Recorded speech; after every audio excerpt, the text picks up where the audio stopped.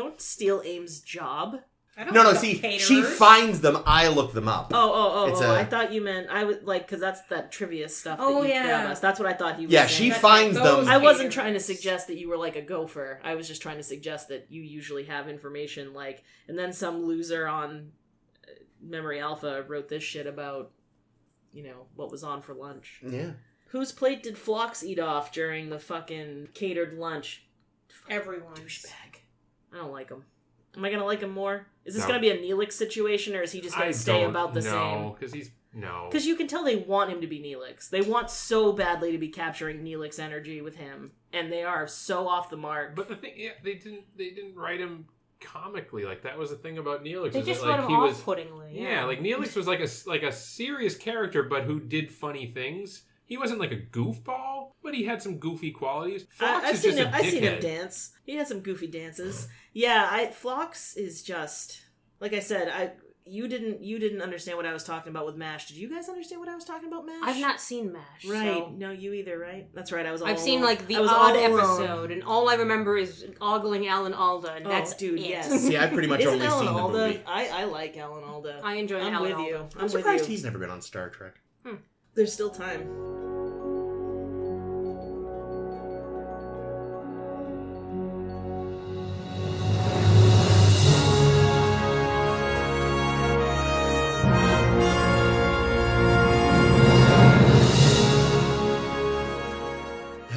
And welcome to A Star to Steer Her By, episode 321. 3, 2, 1! It's still boring! Oh yeah, well, it's an Enterprise. We're on Enterprise, guys. New Year. Actually, things are sort of picked. We finally got, I would argue, we have gotten into second gear with Civilization and Fortunate Son.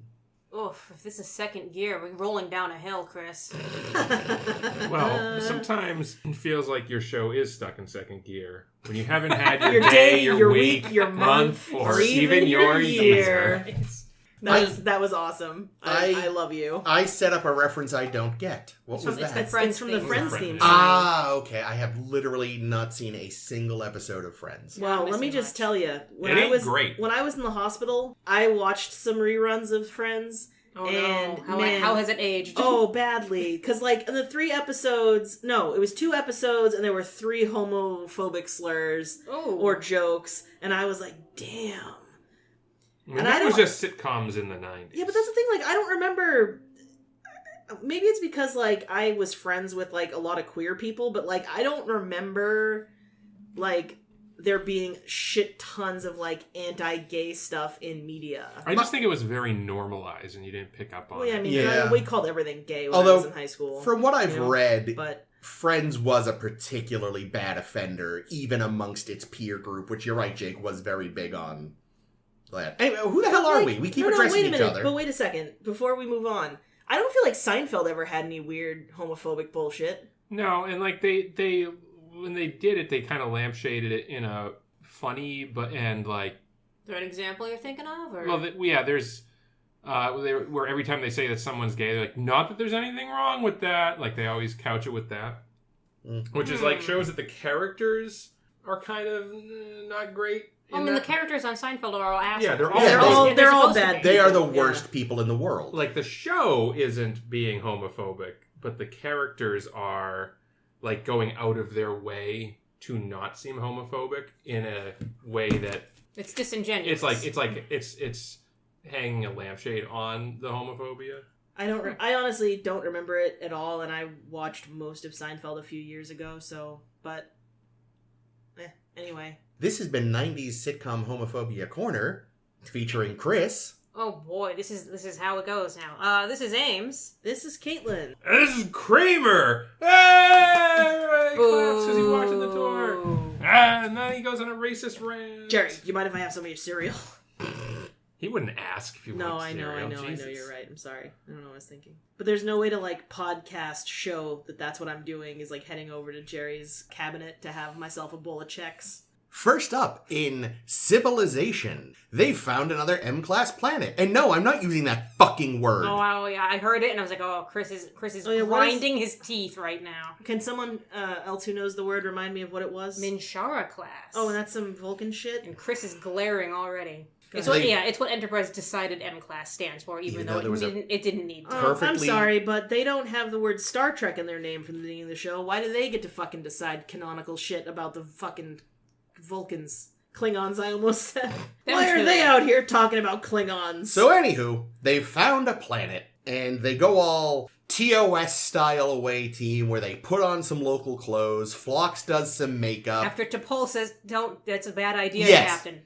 We have a directive about, okay, fine, no one's listening to me, except for the Minshara part. You like that, Yep. you hate everything else. Yep. Great. Yep. So they go down. At first, no, actually, they're about to go down, but then somebody, I forget who, and I don't give a fuck, is like, there's a Porthos. shit. Definitely Porthos. There we go. Porthos is like, and they go, Hoshi? And she's like, Porthos says there's a metric fuck ton of neutrinos down there. And they're like, whoa, this is a pre-industrial civilization. How in the fuck nuggets do they have a neutrino? Okay, and you know when what? did Porthos learn to read the fucking scanner? The sensor array? Ages ago. So they, now it was just going to be Hoshi, which, guys, come on, really? Yeah, what? Like, even just putting aside Buddy the fact... system. Yeah. Fuck you. Always at least two. Anyway. So now it's her and T'Pol and Archer and Trip. And even though T'Pol's the one with the ears they gotta hide, T'Pol is the only one who doesn't have a cloak with a hood. Just some longer hair. Huh. Yeah. Which That annoyed me does too. Does she get caught? No, she does not. Oh wow, I thought for sure when you brought it up when we were watching, I was like, they're definitely just doing that so she can Nope. have the wind blow her hair back and fucking show her ears, right? No, I thought that was what it was gonna be, but... Maybe- My ears were caught in a neutrino picking Yeah. machine. And So they beam down, they scan, they find like the source of all the neutrino doodlies, and it's some antique shop, and they break in because apparently Trip has a Starfleet issued lockpick kit. Sounds right. And then there's a lady who's watching, like, oh, who's she? And it turns out she's, after T'Pol stuns her, we find out she's the local apothecary who's like, there's a sickness, and it's spreading from here, and I need to figure There's it a out. sickness, and the only cure is more cowbell. And Archer's like, all right, I guess we'll help you figure this out since we were trying to figure it out anyway. They meet the shopkeep, realize he's an alien. He realizes they're aliens, and they're all like, what the fuck, dude? And he's like, Tea party. I'm just an explorer like you. Spider-Man meme. Yeah. I know the one. He's like, I fell in love with this planet, decided to stay. And they're like, so what's with all the new... It's a fabricator. And they're like, okay. But then later they're like, yeah, that's way too much emission for a single fabricator. I fell in love with this planet, so I decided to stay and poison it. Yes. He's making all these antiques, you see. Yeah. That's how they're made? And turns out he and his fellows are doing a mining operation, but it involves toxic industrial lubricants, which are getting into the water and hurting people, and Archer forces himself upon the apothecary, and that's uncomfortable as hell. And they beat him. But she was into it, so it's So it's okay. Yeah, I don't know. It was fine. It was an episode of TV. Like I said, big kind of semi-TOS-y vibes in a way, sort of Yeah. TNG-y vibes. It's like... Adventure, even though it's impractical. Yeah, like that aspect of it is very TOS. Mhm. The like, we shouldn't be here, but we are. And then there's shades of, Who watches the Watchers? No. By himself. Yes. As I say, a few weeks ago with Data and the Poisonings. Oh, one of the two poisonings. There's Yes. that one and there's Ensigns of Command. Which is the one you were trying to think of. And Yes. yes. So, but this week now, we have finally gotten to Thine Own Self. Thine Own Self. Good. It's a good place to be. But he doesn't poison anybody. Ensigns of Command. No, we realized that was a different thing. Yes, I instead of poison the water hole, I meant to Blow up the water hole. Yes.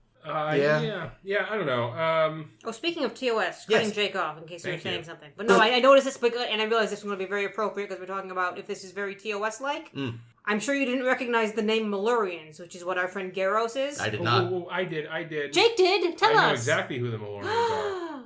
They are the species that gets wiped out by Nomad. Good job, Jake. How the fuck did you remember that? Oh, listen to you. Because I was like, I've heard that word before. I'm going to look it up. Awesome. Yeah, apparently the writer, Mike Sussman, just thought it would be funny just to bring up the Malurians, because he's like, okay, we know that in their future, the Malurians get wiped out by a changeling, or by nomad into the changeling. Not changelings. Those are different. Wouldn't it be funny if we first learn that they're dicks so we don't feel bad about it?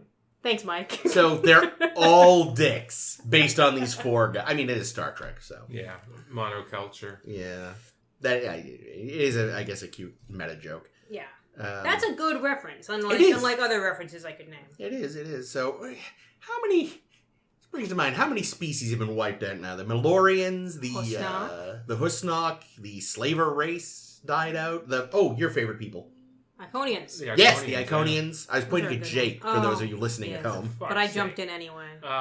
Isn't that John Luke's favorite people also? He does study them He's a bit. a big fan. What about the people from the ancient war from Booby Trap? Oh yeah, I forgot about them. Yeah. Wow, we have barely talked about this episode. Oh, we just started. We talked about everything it reminds us of. I gave you one note. We're doing great. And that guy was someone, wasn't he? I looked him up. Yes, he was. He played Tragus Lo Tariq in the episode 1. Right. He was that baddie who was there but also wasn't there because Seven was going out of her mind with loneliness. Yeah. Oh. Yeah. No, really. He was in a different face.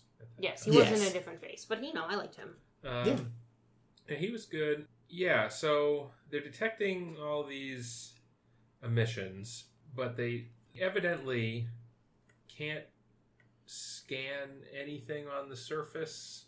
They had like a dampening field. No, this isn't even the dampening field. Before that. There was something else where they needed to scan the surface, and T'Pol was like, I wrote this down because we made a great joke. There's a scattering effect. They couldn't check for non-native biosigns. Oh, that's right. Yeah, they were trying to check for because they were like, why is this signature here? But we can't scan for certain types of people, and yet they could zoom in from the ship enough to make an accurate forgery of a identification document.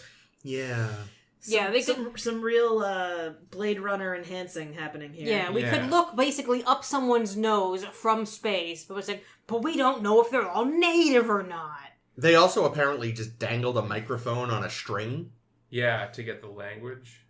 Yeah, I do appreciate they make no, there's a device. We're not just forgetting that sound doesn't travel through vacuum. Oh, I'm sure like the sensors can, because I've seen some pretty cool demonstrations of things that actually exist, if only in like research, where it's like if you have something that has like a film-like texture, the example I saw was like a potato chip bag. Oh, I was gonna like a bag. I was gonna say like a potato chip itself. But no, like a potato chip bag, and you put it in a room behind glass, and then you have someone go in the room, soundproof room, no sound can escape, and you have them talk. You can film the bag of chips, and there's computer technology that can pick up the minute vibrations of the sound, warping the film of the bag, and reconstruct the audio from that. Holy shit. So that's pretty goddamn cool. That is really cool. But this is Enterprise. They probably had a fucking Toys R Us drone with a walkie-talkie with its send button taped down and some string. I was just thinking tin can on string, but... Yeah, that one's good too. Well, I also, they're trying to be inconspicuous, yet they fly down in their little shuttle with the headlights on. Yeah.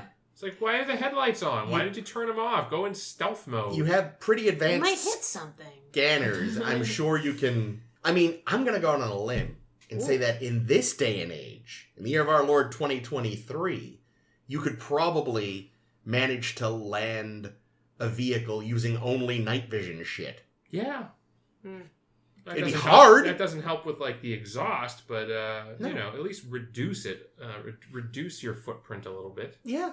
Well, that's the thing. It doesn't have really a terribly visible thruster thing. So, and here's the thing: if on Earth, if we were looking up in the sky and we saw something in the sky with a light on it, we'd be like, "Oh, it's an airplane." Yeah. Like, you wouldn't think twice. No. Some idiots would be like, "Oh, the UFO," but most people acknowledge that would be, Most likely an aircraft. I saw the SpaceX rocket ones from the car when we were driving on the highway. It could be a rocket. These are things that exist.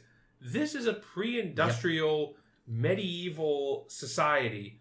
If they see a fucking light in the sky that's not, a meteor, which I'm sure they have seen, but this obviously isn't, because it's moving slowly, and it's navigating and landing. They're gonna think it's fucking Jesus. Yeah. Well, I mean, they're thinking it's the end times. I was about to say they already think the meteor is some fucking god. So except for freaking what is our no Chica's Chica's name? Rian. Rian takes to this real fucking easily. Like Archer's like, all right, I gotta admit some things to you, and they go out and they watch like the mining people go into a ship and fly away with ore. Yeah. And she's like, that's interesting. Rian, what your mind should be blown right interesting. Now. Fascinating, she said, stifling a yawn. Here's how I know Archer is not an experienced captain. He didn't bring her back to the ship and show her own planet through the window. I thought he should too. I was sitting there, because again, I have seen all of these, but it was a long time ago and it's very vague. And it's like, does this motherfucker pull up a card? I cannot remember. And if they wanted to, they could have worked it in pretty easily. Just have her get injured, and then you have to bring her back so Phlox can fix her up. Yeah. T'Pol did shoot her. I love that T'Pol goes immediately to, I'm just gonna shoot this bitch. I'll give them this. They clearly watched a lot of early TOS to be reminded, as we had also forgotten, that early Spock fucking loved violence. It was his go-to. Violence is logical, Captain. That's the Vulcan hello. Yeah. But yeah, I don't know. I mean, yeah, this episode's fine. Yeah, it's fine. It's probably the best so far. Unfortunately. Yeah, I think Chris said the same thing. Yeah, I'd agree with that. I also, I thought, aside from the utter incredulity of Rian just taking everything so well, I liked her as a character. I thought she was pretty. She was pretty. I almost didn't hate Archer kissing her because she was pretty, but also Archer's just a weird man. Yeah, I get that your communicator was futzing out, but there had to be a better way to deal with that, buddy. I think so he's kissing her while he's fixing his communicator, his translator, and then he pulls back, and then she talks, and it's still garbled, so he goes back in and fixes it some more. I would have loved if, as soon as he pulled back the second time, she was like, "No means no!" Oh. Yikes. You would have loved that? Well, no, it would have been horrible, but a less comedy version of what the fuck. Yeah. Oh god, and the worst part was later, the callback, when she was like, "What's that? I don't understand you," or whatever, to get him to kiss her again towards the end of the episode. Yeah, they're still trying to make him Kirk, and it's like, guys, no. Yeah, and I am pretty confused about how the translator functions, because it must be doing something to make the natives understand think that because if it was like a little radio that you talked and then it repeated what you said in the native language, they'd be like, why is your pocket talking? And also, why is whatever you're saying not matching your mouth? Well, and also, even if, let's say, it's simultaneous somehow, or close enough to make no difference, there is still the lip sync issue. And there's also why is your voice coming from your hip? Yeah. Maybe it also messes with your brain and the way you perceive, so that it just feels right. I think it was a huge mistake in Star Trek to ever invent the universal translator and to make language a part of it. But then you would never be able to talk with other people. No. So Stargate had the perfect solution to this.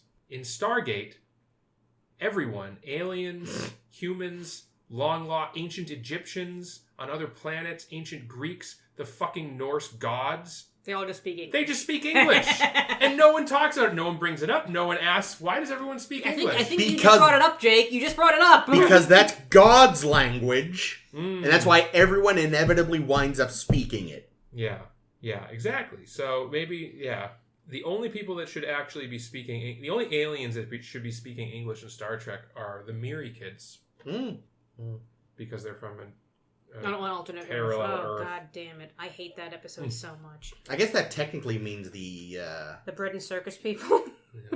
Well, they should speak Latin, really. yeah. Ecosians or the Edna people or whatever it was. The ones mispronouncing We the People. Oh, yeah, from Omega Glory. Well, no, I was thinking of the... the Patterns of Force Patterns assholes. of Force guys. Yep, those two. Yeah, he would have brought them... What about the gangsters? The gangsters. They would have gotten the book. Anyone that just copies things that they hear. Most episodes of Star Trek. But anywho. Archer, what a fucking idiot. Yeah, tell me more. What's her name, Rian? Rian. Where she's like, the oil lamp! And he's like, yeah? It's full of oil? Jesus fucking...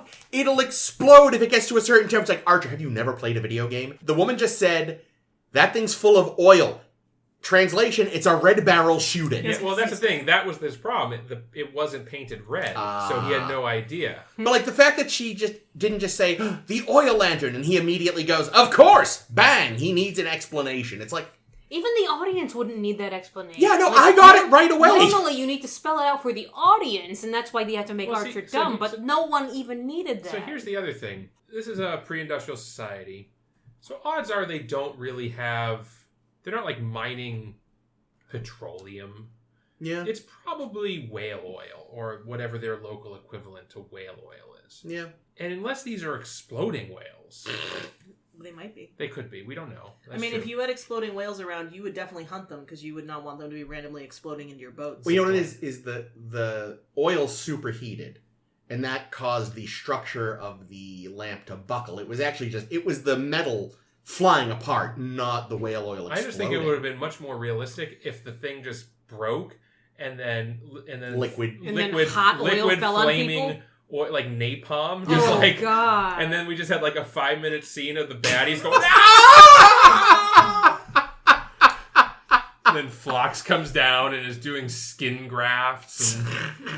No, doing skin grafts. More like he would pull a piece of skin off of one of them and eat it. Seriously, their brains melted. There is no point. They are gone. What is Phlox that? is laughing about it. What is that Terran expression? Tastes like chicken. And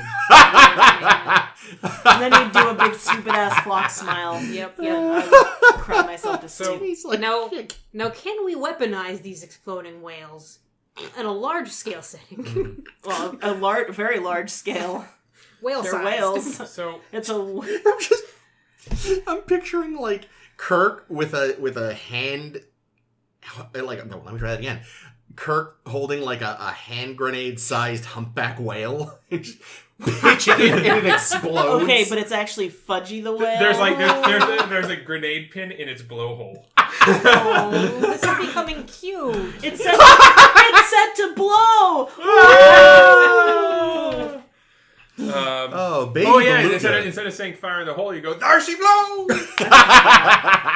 Excellent. You just said baby beluga. Do you know what? This has nothing to do with Star Trek. It has to do with beluga whales. Okay, so do y'all know what a beluga whale is? Yeah, I see. Baby fucking wheel. I know. Yeah, baby fucking wheel kid. So, beluga whales have that sort of domed head. Yeah, their head is squishy. Yeah. Yep. It's called the melon, and it's literally just womp, womp, womp, womp, womp. I just learned this the other day. I saw a video of someone going blop, blop, blop, blop, blop to their head, and I was like, what the fuck? They make their squeaky noises with it, too, I think. Are they technically a dolphin or something? No, they are a whale. Oh, they are a whale. You're okay. technically You're thinking of orcas. Yep. Who are That's not exactly technically what whales. I'm doing. And who are tremendous dicks, but they're attacking the wealthy, so it's like, I used to kind of not like orcas, but now I'm sort of team orca. You know? Wow. How can anyone our age who grew up on the documentary Free Willy not love orca? Dude, I like the movie Free Willy, though. I've never seen Free Willy. It's Bro, fine. we're gonna watch it. It's so good.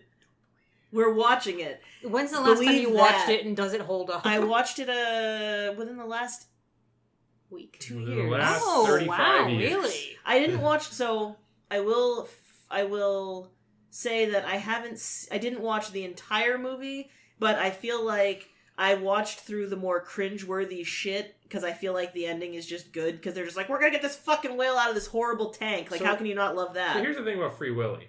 Tell me. Tell poster me, spoils the movie. The name spoils the movie. Well, no, I mean it's called Free Willy. Yeah. What do you think was going to happen? He's Well, going to be turned into sushi. He's going to be whale Here's the oil. thing, they can have a plan to Free Willy. Doesn't mean it's gonna work. Plenty of heist movies have the heist not get pulled off right. Yeah. This is a kid's movie, though. It was obviously gonna be...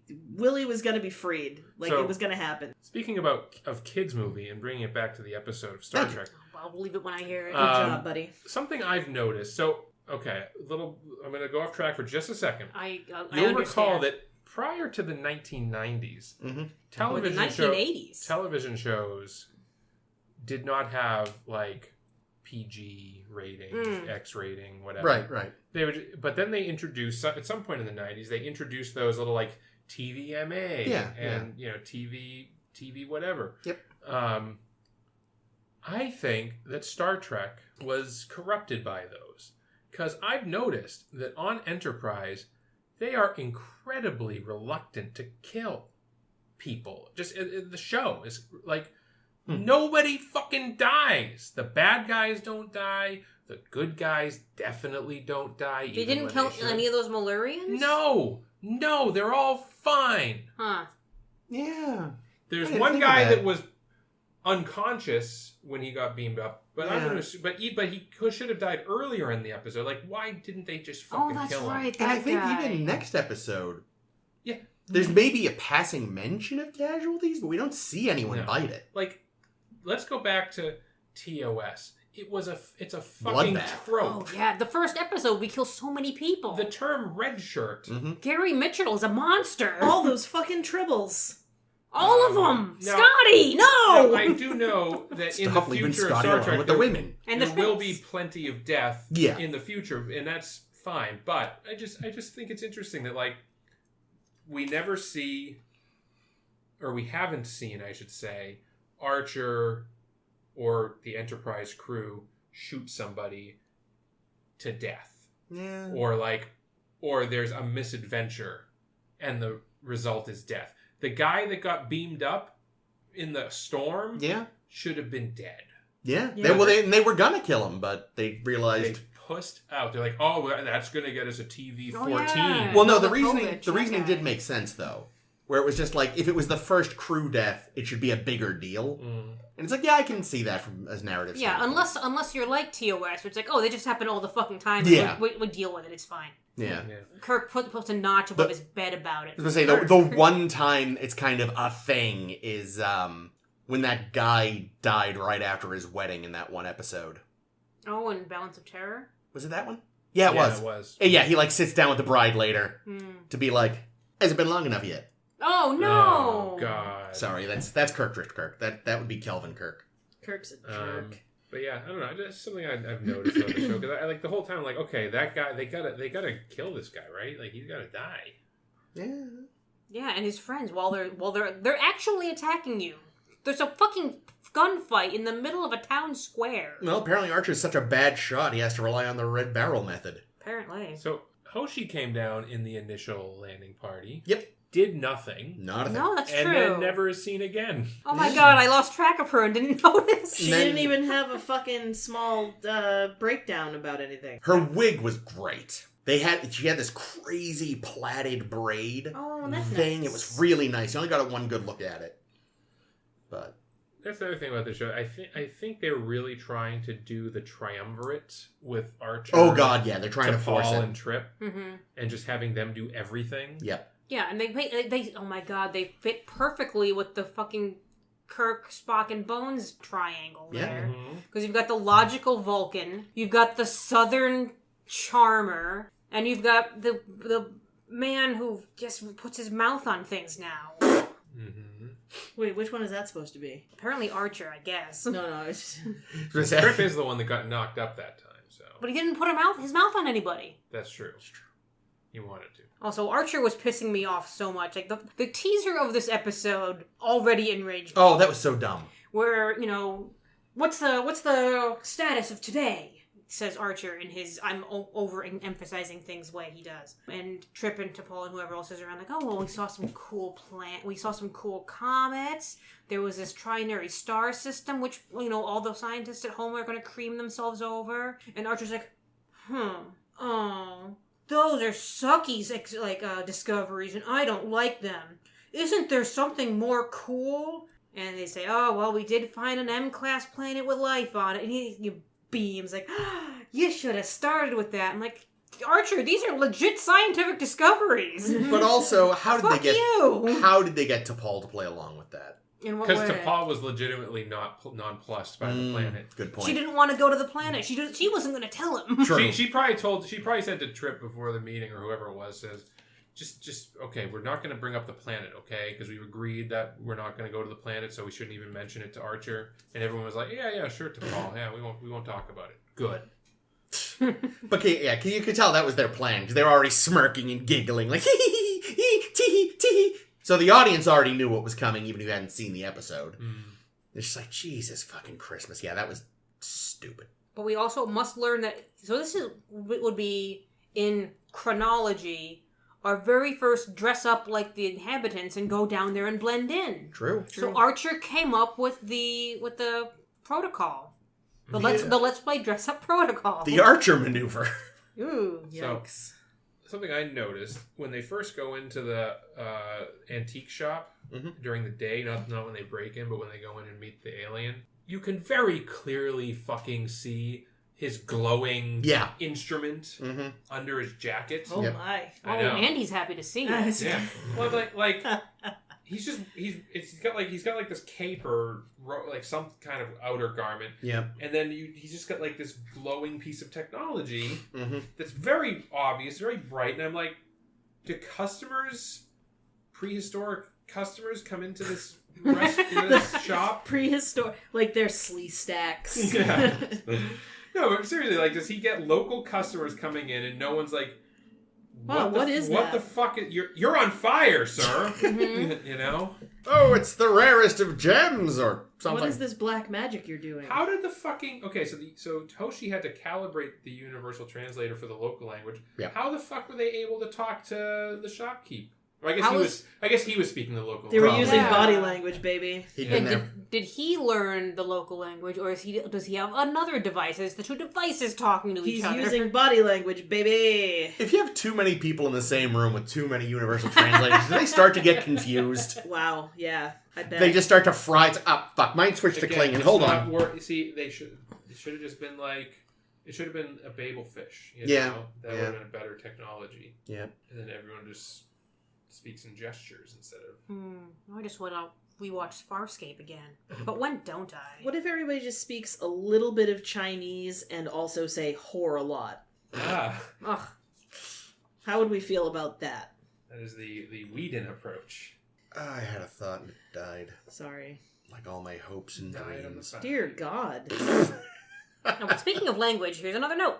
I found it on my note card. So Hoshi tells us there are multiple different languages on the planet, and they say, "Oh, well, we'll figure out the language for the place we're going to go." And after all the studying she's done, well, she says, "Oh, well, the one word we all should learn right away is Akali, which is the name they call themselves." And I think loudly in my brain, but that's in what language? In what language do they call themselves the Akali? Yeah. Is it an endonym or an exonym? Right? Good question. The fuck does that mean?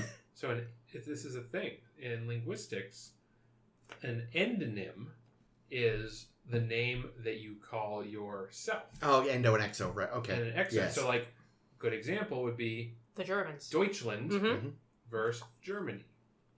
So That is a good basically, example. what do you call yourself? What did the British call you?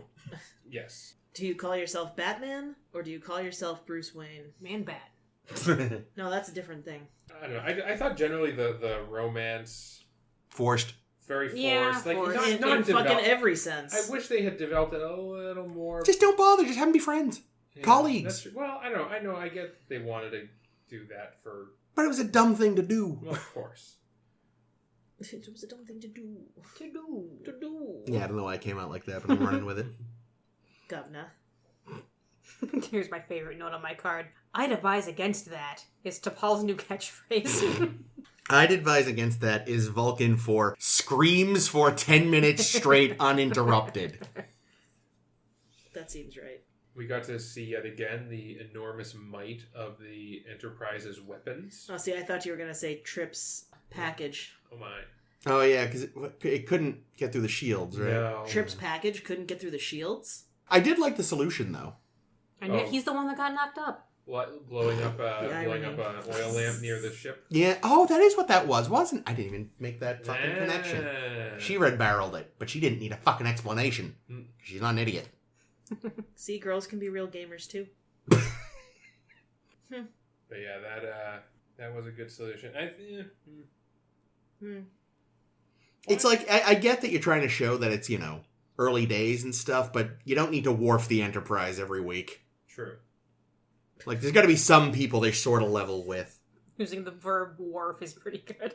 They really got wharfed this week. I mean, I do kind of like that they are underarmed. Yeah. And have to, like, improvise. Yeah. And I suppose next week the next episode will also show that sometimes they are the big kid on the block. Yeah. Yeah, compared to toddlers. Well. So T'Pol decides after what's his name, Garros? After Garros tells them, your captain is dead. Gasp! Oh no, not Archer. We miss him so. Who's going to feed Porthos now? Literally everybody, because everybody loves the dog more Good than they boy. liked Archer, probably. So T'Pol basically says at some point, I have no intention of abandoning the captain, dead or alive. Why? You don't Where does that come from? It does make sense. You don't want an alien corpse? Yes. Oh, that does make sense, and the Vulcans would know that. Yep. Yeah. I didn't think of that, but Then you get like Roswell autopsy. But why would she also think he might still be alive? Nazca mummy. I don't know. Garros seems like a dick. Yeah, she could just tell he was lying. But yeah, you don't want to have a corpse. Plus, he did sell his stuff with him, so yeah. Even more important, the corpse. In theory, people be like, "My God, his body's all weird," but then it deteriorates and there's no proof. The phaser and the communicator are a problem. As we'll see in a future episode. His body's all weird. I don't know if I'm on board for body shaming. It's like those Scott potatoes Bakula. that were grown in the special, or radishes that were grown in the special dirt. These people probably haven't done autopsies on themselves yet, so they're not going to cut open a stranger. That's a good point. I'm pretty sure people have been cutting open dead people for as long as there have been people. And That's alive true, people, for that matter. But I mean, I don't think there's somebody that's going to sit down and carefully examine him and compare. True. Well, Rian might, but she would have been dead too, so it's fine. She's the one person who maybe would have cared, and if he'd been dead, she'd have been dead as well. I'm also assuming that if Badman had killed Archer, Batman and Robin. he did have a cave. Mm-hmm. He would have destroyed the bodies. Yeah. Good on you, bad man. Now here's the other thing, though. Why didn't he just kill Archer and the girl? Like what? Like why leave them alive so that he can walk up to the window and do a Bond villain? Well, I think he put them in That's a it. Bond trap, but it was the world's worst. Like, it wasn't even clear what it was supposed to do. It was a Bond trap where the button to open it was inside the trap. It was a Bond trap where he forgot to have a trap. Yes. It was like, not only did you forget to, get sharks for the shark tank, you forgot to get water. They're just standing in a dry tank, like, yeah? We're just gonna climb out. Okay. I did think that the whole argument about, well, the yellow button goes with the yellow thing, and the blue button goes with the blue thing. Actually, even though that was stupid, I did appreciate that it was people not understanding someone else's technology for a fucking change, yeah, instead of automatically knowing, like, well, clearly this button, and this button, and I've ordered myself an ice cream. Yeah, Delicious. But, Yum. the back and forth about it was dumb, and yeah. The fact that she didn't then go, I was right, fucking yellow, you asshole. I can't believe I let you stick your tongue in my mouth, fucking weirdo. Oh, that she let him. Yeah, I was just gonna say, what it. let? Is that from something? I just said it right now. It's from me. Okay, I wasn't sure if you were quoting something. No. That seems weirdly familiar. I have one question for Chris. Me? Because usually you're the one that notices these things. Uh-oh. How much did you like the scoring? Because it reminded me of the Gerudo Valley. I actually didn't catch that. Yeah, I have to go back now. I think this is the one where they had like a whole lot of like extra like musical scoring done because they made like this kind of like old village sound. And I thought it was actually quite nice. Oh, yeah, I wish I had caught that because I love the Gerudo Valley theme. yeah, no, It's not that much like the Gerudo Valley theme. Oh. But I bet there's I one. also It's like the the- Gerudo Valley. It's the same. You can imagine this song playing in the same world. Yeah, I can see that. I say I have to go back, but I don't really want to rewatch that. I'll just go to that scene. I And feel like in the tier of Zelda area themes, Gerudo Valley is right up there. Oh, yeah. But top, anyone could feel free to disagree with me, top has got to be Dragon Roost Island. That's a good one, too. How does it go? Oh, I can't recite it all. Can't hum us a few bars? It's not a... No, that's the Lost Woods. That's the Lost Woods. I love that one. How does Dragon Roost Island go? I can't remember, but I've definitely...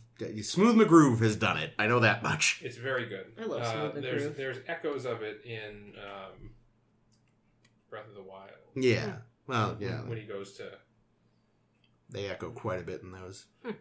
Right. All right, we're talking about Zelda music. No, we're going to move on. I got one thing. Nope, one more thing. Because this is gonna flavor the rest of the show. Uh-oh. Because this one came out in November, but that means that they produced it earlier, and production on this episode did halt for a day for the 9/11 attack. I was just gonna ask if this was around 9/11. Yeah, so this is gonna flavor the rest of the show because there's gonna be that's what's happening at the time in the world. Yeah, we're really gonna see the effects of that eventually. Yeah, and I forget who. Might have been the director, somebody. Basically said, I struggle watching this episode because you can see where in the episode, it happened, because then the life just goes out of everybody's eyes for the rest of the scenes. Jesus. It's I don't know if I would have noticed that. Yeah, you were looking a lot closer than we are, sir. Wait, so did the attacks happen when they were literally filming? Mm-hmm. Actually filming. They were in the studio doing a film, and Probably. They heard that shit happened. Yeah. And then they kept working? They took the day off. Oh, okay. They stopped production. All right, I would hope so. Fuck. Well, actually, because they were presumably on the West Coast, so they probably hadn't even started. Fucking Billingsley was probably in the makeup chair. If he was called, yes. I mean, that's the thing I was saying, has nobody uploaded the call sheets from that day to Memory Alpha? I'm sure they did. I skim them now. You would know who was in the makeup chair. Yeah. It's funny because I did actually, I'm not going to lie, I did think of the time period in Fortunate Son because of the theme of, Yes, that's... Wait, no. That is a good song. Oh, God. This is going to be painful But later. it's a little... sung by fucking AC/DC? It is sort of interesting, though, to see this episode and think of it in terms of, would they have written this episode a year later? Right. Or at least would it have gone quite the same way? Probably would have done waterboarding. Yeah, and been okay with it. Mm-hmm. Because in Fortunate Son, we find out, hey, the Nausicaans have been around for a long-ass time, it turns out. So Picard really should have known to not fuck with them. They've been around probably as long as they've been around. It's only you mean we've been interacting with them? Yeah, okay. As an audience, this is the first we found out that, they've been aware of these guys for a very long time. So yeah, in Fortunate Son, we hook up with the ECS Fortunate to steal Ames' line. It's flying around. Hey. And it's a Y-class freighter maxing out at warp 1.8. And it's attacked by Nausicaan pirates. Oh no. And the Enterprise is diverted to go help them. Yo-ho. Yes, because it's picked up their distress call. And they get there, and they're like, hey, you need some help? And the first officer, who's now acting captain, because the regular captain's unconscious, is being all shifty and weird. Like, no, we're fine, go away. We turned him on by accident. And no one thinks he's being weird for some reason. They help fix up his ship. Mayweather swoons about everything. But on. he's so happy to have people that understand the terms he uses without him having to explain every third one. But then fucking first officer Dickface there is all like, oh, you just want to solve the joint Starfleet. And he's like, I'm just a nice guy. Oh. Poor Mayweather. He thought he had a friend. Yep. And then we no friends. Find out they've captured a Nausicaan, and they're trying to use him to get the shield frequencies for Nausicaan ships. And Archer finds out what they're up to. And they're like, yeah, well, the Federation doesn't exist yet. You don't actually have jurisdiction over us. And he's like, fuck. Take him a stuff back, though. And then they go try to find some... the Fortunate goes try to find some Nausicaans and blow them up. And hey, guess what? When you torture people for information, you usually get bad information. What? Whoa. And the shield frequencies don't work. Luckily, the Enterprise followed them. And, the Nausicaans aboard, and Archer's like, hi, yeah, for once, we have better guns than the aliens. Stop. And they're like, fuck. And the fortunate guys hand over the Nausicaan. The Nausicaans leave. The captain wakes up and is like, sorry about my idiot first officer. And Archer's like, shit-faced? Yeah, and Archer turns down a drink. The end. He was so disappointed in his first officer that he fired him and got O'Brien to be the new first officer. Because he's even more racist? No. Oh, I was shit. going to see if you recognized the first officer. No, I didn't. Oh, did I write it down? I don't know if you did. Yes, I did. He was... Oh, god damn it. Yep. Okay. He was the apprentice in The Storyteller. Oh, No. Wait, who was? Fuck! The shitty captain. Matthew Ryan. The shitty first officer. He was. Okay, yeah, He played the apprentice storyteller. That makes Son way of more a bitch, sense. That's than amazing. what I thought you were saying. O'Brien played the storyteller, and also the other guy in the story. The captain is the one I recognized and looked up. It's like, wow, this is his first time playing not a dick on Star Trek. Wait, who else was he? Because he's the one I didn't write down. He was the guy that was sucking the life out of Deanna in Man of the People. Oh, snap. How did that one not make it to Memory Alpha when all these other ones did? Because, yeah, these are basically everyone. Guys, go update that fucker. And everyone in this episode is like a Star Trek royalty. So. Wow. And he was the guy who led the people that had enslaved the Kazon. Oh, from the Trabe guy. Yeah, the Trabe, thank you. Yeah. Okay. So he was the head Trabe. Wow. This is his first time on Star Trek being not an asshole. Because he was unconscious the whole time. Yes. If he'd been awake, he probably would have been an asshole. I don't know. He seemed to be pretty upset what his first officer did. So wait, who else was people? Yeah, so Shaw, who was the other person on the Fortunate, who was With like, the sweater? I don't remember the sweater. But he was the one who was like, I don't know about this, Ryan. That guy. With the sweater. He was Benzan in The Outrageous Okana. He was the kid? Romeo? Yeah, the Romeo kid, the little Fucking princeling. hell! Oh, Amazing. God, that guy. And the Nausicaan captain, who we see at the very end. He was very familiar. He's played a bunch of things. He was Legate Kell in Civil Defense, the Cardassian you see on the screen at one point. Okay. Oh, is he the one? The one that... Superseded Ducat? Ducat? I think so. Nice. He was Chief Burke in Nor the Battle to the Strong. That is... The crazy ginger who died screaming in a hole. Oh, God. I don't remember. With Jake Sisko. Oh, that the MASH guy. episode. Yeah. Okay, yeah. That poor guy. Fuck. And he was Colonel Carr in The Killing Game, the Hirogen. No shit. Wow. This really yeah. was just a fucking cavalcade. And this episode was also directed by LeVar Burton. No, Jesus better, Christ. Better than his Seriously. last outing, I'd say. But there's some things that really pissed me off in this episode, and I'm going to tell you what they are Tell right us. now. Do it. Lay it out. Do it. First thing, the Nausicaans. Mm-hmm. Yeah, they suck, huh? They don't talk right in this episode. Either that or the Like phonetically? The Nausicaan that stabbed Picard must have had some kind of a vocal An impairment. impediment. I mean, they were in a bar. He was just drunk as fuck, and the translator was pissed. Donjot, human! Exactly. He was shit-faced. You have no grumble! Yeah. He was just so fucking tanked that the universal translator was having trouble. Yeah. It's like, I think this is what he's saying. Like, okay, we haven't... I think is that the only other time we've seen Nausicaans Speak, I think. Because Because they have shown up in the background here and there. Yeah. Because I did look it up. I was like, have we seen them? At one point, a couple of them are acting as bodyguards for Brunt, for example. But I don't think they talk. I remember them. But like we haven't so we have one basis of like what these people are. Yeah.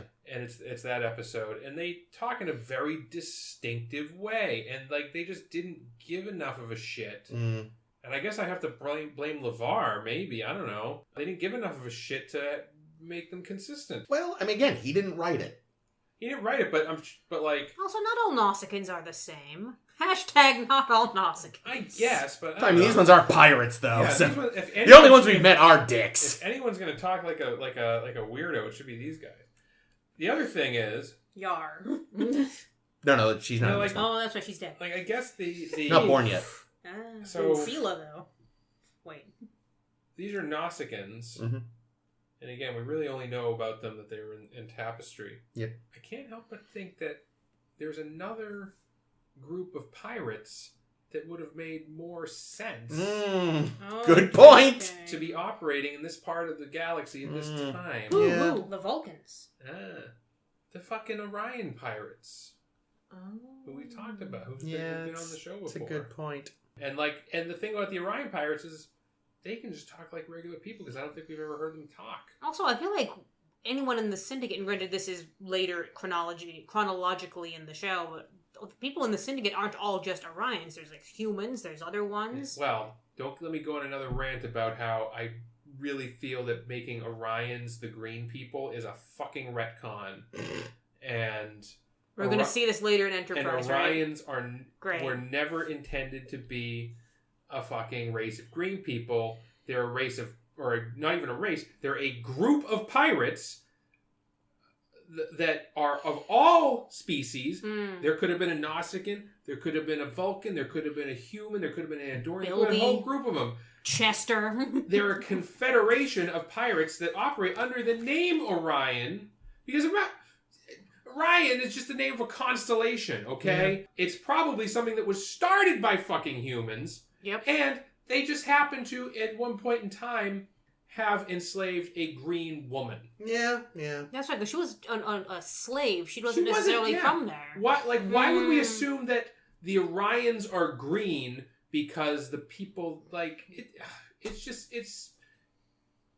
think making the Orions a race of green people cheapens them. We all know that Orion is an orange tabby who has the galaxy on his collar. Kitty. Yeah. Did we learn that the girl in the Garth of Izar episode... Oh, yeah. Name will come into me later. Do we learn that she's Orion, or we just know, Assume or do we just she's see green. she's a green I just think chick? she was a green chick. Yeah, I Whom don't... God has destroyed. Yes. Found it.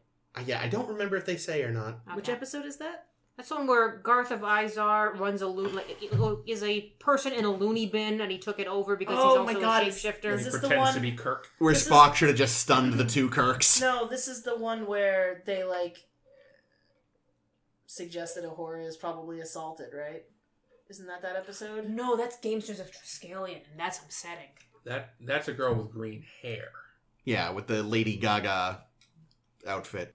Oh, I thought that I'm conflating them then because isn't this Orion girl hanging on the arm of the crazy person? Yes. Yes. Yeah. But it's not that episode. No. Okay, great. I don't know what the fuck I'm thinking about then. Well, no, I do. You told me. They all kind of run That's together. the one. Yeah, a lot of TOS looks like a lot of the rest of TOS. But yeah. So what else is on your Fortunate Son need to vent list, Jake? Well, speaking of need to vent, why is the air escaping through the hole in the shuttle bay or in the cargo bay? Why is it visible? I don't know. They had to do a fucking visual effect. They could have just showed it would up. be going out. It would be getting blown out. And they did make the effect grayish gas heading toward the hole, but that's not what would happen. It would look stupid. Yep. What they should have fucking done was just showed a little the hole and then the hissing sound, and then we would have known. And then they could maybe maybe some little flecks or something, maybe a little confetti in the air go towards. Yes, but if you really want a visual, have someone's hair move a little. Mm-hmm. Show us it from the outside where you would see a little plume of air. Yep. I really was annoyed of how little of a problem the hole in the thing was. Yeah. It was like you should have been we have to leave. We have to get out of here right now. There was no urgency. There was no tension. It was just well, I guess we gotta get out of here. Come pick us up. Welcome to Enterprise. There was no rush to cover it something. I'm starting to think that's why it took such a long road to get from there to here. Because they're all just fucking taking their sweet time. It's funny. You remind me though of all things Dogma. Because there's the scene where Jason Lee and the murderous hockey boys go into the suburban home. He talks about how, the greatest sin is central air or whatever. But when they turn on the air conditioner, for some reason, this family had tied little strips of paper to the vent of their AC so that once it turned on, it started flapping. Mm-hmm. And on the audio commentary... A lot of places do that. Yeah, people do that with... Yeah, well, I've never seen it in real life, but I feel like I've seen it a lot on TV. They do it with fans, too, sometimes, don't they? Mm-hmm. Yeah, and Kevin Smith was saying, it doesn't make sense, but it's just because it's a movie and we need something visual to happen. But in this case, at least that's air blowing out of something, so it makes sense. Like you said, they really wanted the visual. They should have done a cut-to-outside shot. Yeah, and stuff blowing out. You're going to have the guy do it, blast a hole in the thing. Make it a moment. Make Nope. do Add something more, with add that. tension. Come Yeah, on. it's just like it's Jake, not even. we needed Commander Dickhead and Second Officer Sweater to have a really long discussion. Mhm. Second officer sweater. And like he obviously didn't want to murder Archer. He just wanted to delay them. I guess. And it kind of worked. maybe. Yeah, because they go warp 1.8. You're not getting Right. away, guys. Well, because here's the thing. They say in this episode, a 5-year journey at warp 1.8 would take 6 months at warp 3. Yeah. Which tells me that warp 3 is 20 times faster? Or Yeah, no, 10 times. 10 times faster, right? I forgot all the numbers you just used. So I'm going to say 10 times. But they've always said warp is logarithmic. Yeah, Is that logarithmic. what I want? Yeah, a logarithmic Yeah, scale. So that makes sense. Okay. So these are things that annoy me. It doesn't matter how long he had delayed Archer. Yeah. They would have caught up to them in like 5 seconds. Yeah.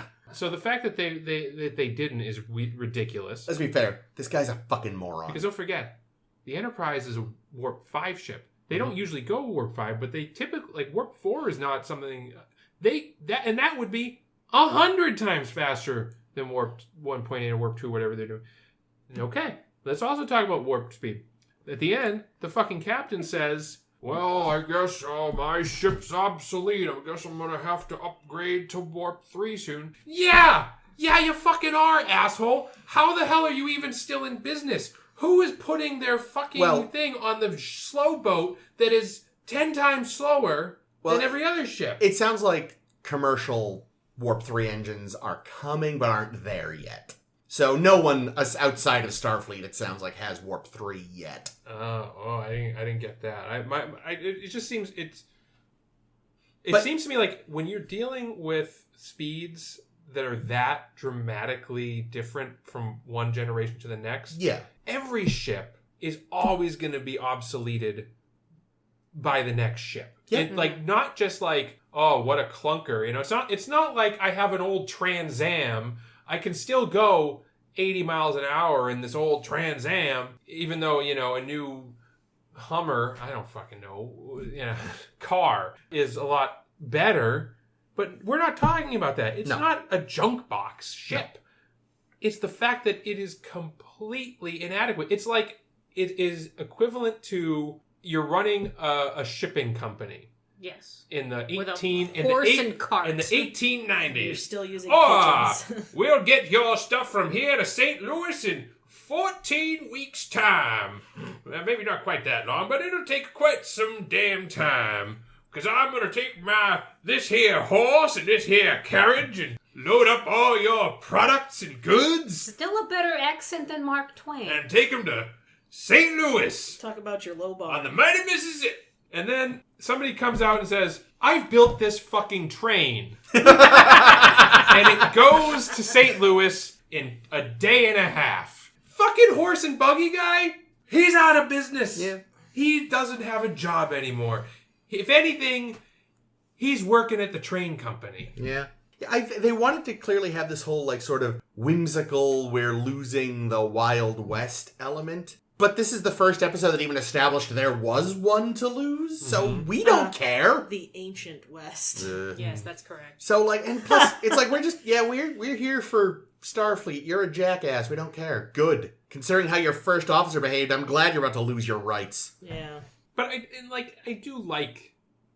really like the idea of the early interstellar space flight people and they're not generation ships, but they're effectively generation ships because it just takes so long to get everywhere. Yeah, how many people were on that ship? Because even though the only like workers we saw were a handful of men, you also saw a bunch of children. Ugh, yeah. But I'm not certain we saw any women. There was at least one in the background at one point. Okay, great. She had all the children. Yes. She must be exhausted. Obviously.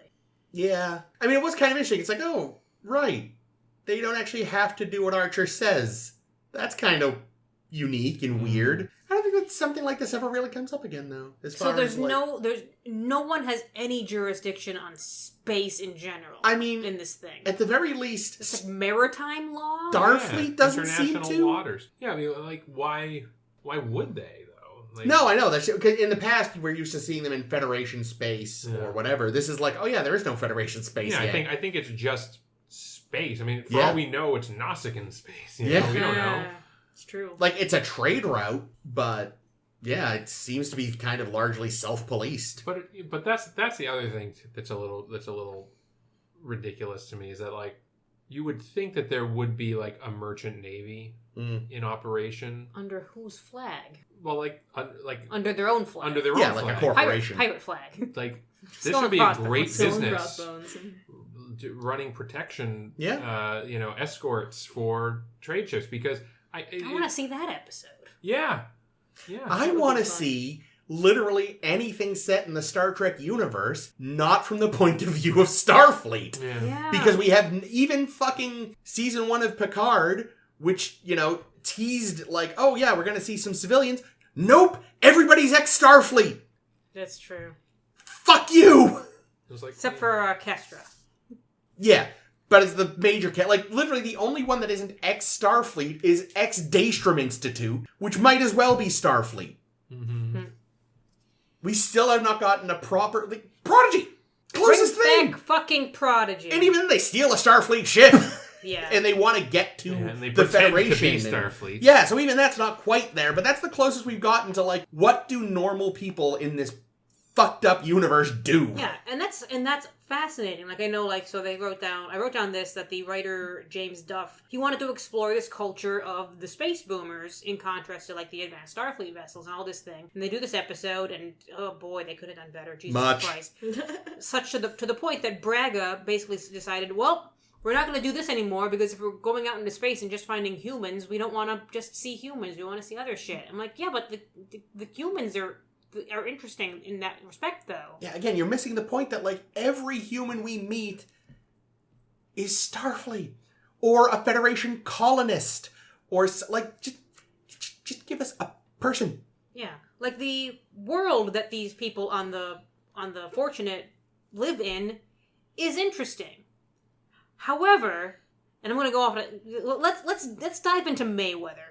Because, Jesus Christ, after this episode, I'm glad he doesn't do much more. Oh, because I was so angry at Mayweather all episode fucking long. Well, why? Because the whole episode, he's just defending the people on the Fortunate who are torturing people. Yeah. And they attack the Enterprise. And Mayweather's like, well, maybe they got a point. And you're like, they're attacking you, though, dickface. Yeah, up until the reveal of the torture, it made sense. It's like, yeah, they're stubborn and weird, because that's just how they are. But yeah, once that was revealed, he should have been like, oh. Yeah, but he continues defending. Like, yeah, no. Well, maybe they've got a point. They're the one, and oh my god, the scene in which Archer is trying to do a diplomacy with the Nausicaan captain. And he's not fucking it up as much as usual, like last time with Vulcans. He's leveled up a little. Yeah, they're not Vulcans, so he can communicate with them. And Mayweather keeps having these fucking asides, and I'm like, shut up, pilot. Who invited you to this? No shit. Yeah, I get what they were going for, but they could have done it better. Dropped a real boomer. He did, in his pants. I mean, you could have done an interesting episode. I'm going to pull a Jake and rewrite the episode. I love it. All right. So they find the ship, and they have been fucked up by the Nausicaans. But instead of having a prisoner and all this shit, they're like, look, we're like, let's say they were really close to their destination, relatively speaking. Like, we're only a couple of... 5 weeks away. Well, we're only a couple, let's say we're like a week away by Warp 1-8. A week away. Would you guys, like, maybe just hang with us and act as a shield? And then you just have this week of, like, them kind of puttering along with them. And you can kind of meet and chill out with these guys in not shitty circumstances. And just kind of see them dealing with the fact that, like, really emphasize, especially, like, because Mayweather will be used to it, you know? Whereas the rest of them will just be like, oh my god, knives and bear skins and shit. But then where's your conflict in your episode? Do the Nausicans come back? The Nausicans do show up still. Good. Come on, Ames. No. Enterprise doesn't work. I'm a better outside writer of than the conflicts. Enterprise writers. The Nausicans do come back. But the thrust of it will be sort of the Starfleet people kind of seeing this and being like, all right, this is a life none of us really know. And you could have had Mayweather... This is why no one understands Mayweather. Yeah. The Nausicans are like, yo ho ho ho. It's a pirate's life for me. Exactly. Exactly. Yo ho ho ho. Ho ho ho. That's a very Green giant.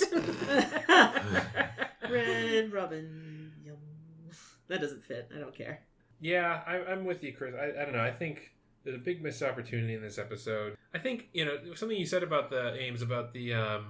Good God, what did I say? Well, So I think you were quoting the writer, or paraphrasing the writer. Oh, with his space boomer culture thing? Or? Yeah. Yeah? Well, just in the...